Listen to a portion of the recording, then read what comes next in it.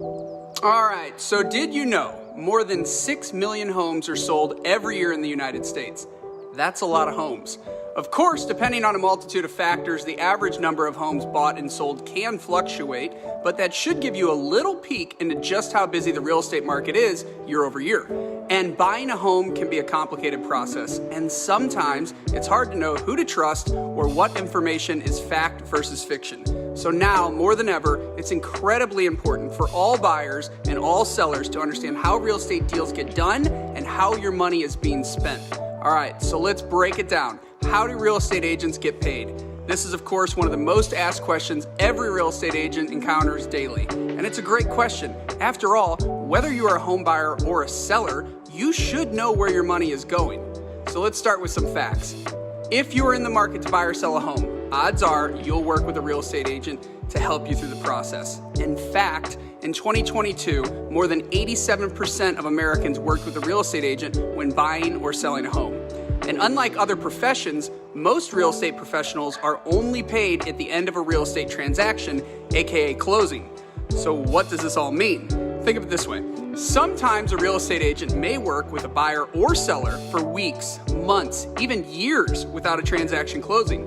And in these specific cases, the real estate agent does not get paid for their time or efforts because most, if not all, real estate agents are strictly paid through commissions when a real estate transaction closes. Now, a very important note here is real estate agents are prohibited from being paid commissions directly by consumers, essentially meaning you, as the seller or buyer, do not directly pay your real estate agent for their services. Okay, so how and when does money change hands then?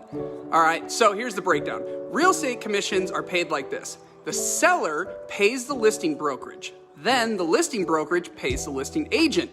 After that split, the listing brokerage then pays the buyer's brokerage, which in turn, the buyer's brokerage pays the buyer's agent.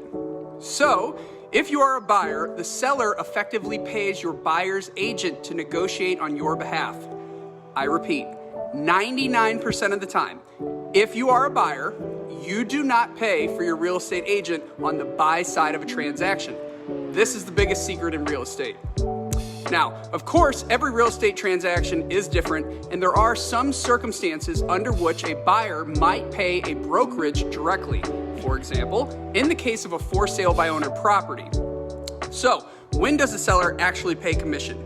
Compensation for a real estate agent is typically made at closing when it is deducted from the seller's proceeds from the sale of their home.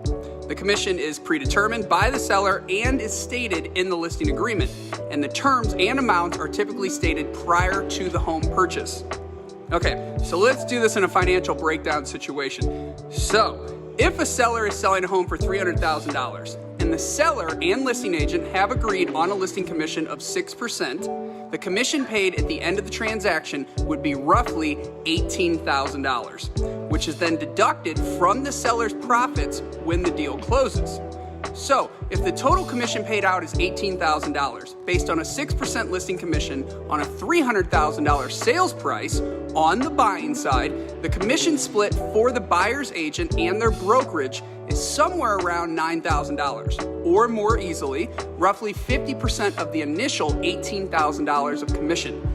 Remember, if you are a buyer, while it is legal in some states to participate in what is called dual agency and simply sign with the listing agent, as a buyer, you have to ask yourself this question: who does the listing agent work for? Who is their first and primary client? And if you are a buyer and now you know the seller pays for the buyer's agent, why would you not want your own separate representation? Wouldn't it make sense to hire a buyer's agent to make sure your interests are solely cared for and protected? I'll catch you guys next week.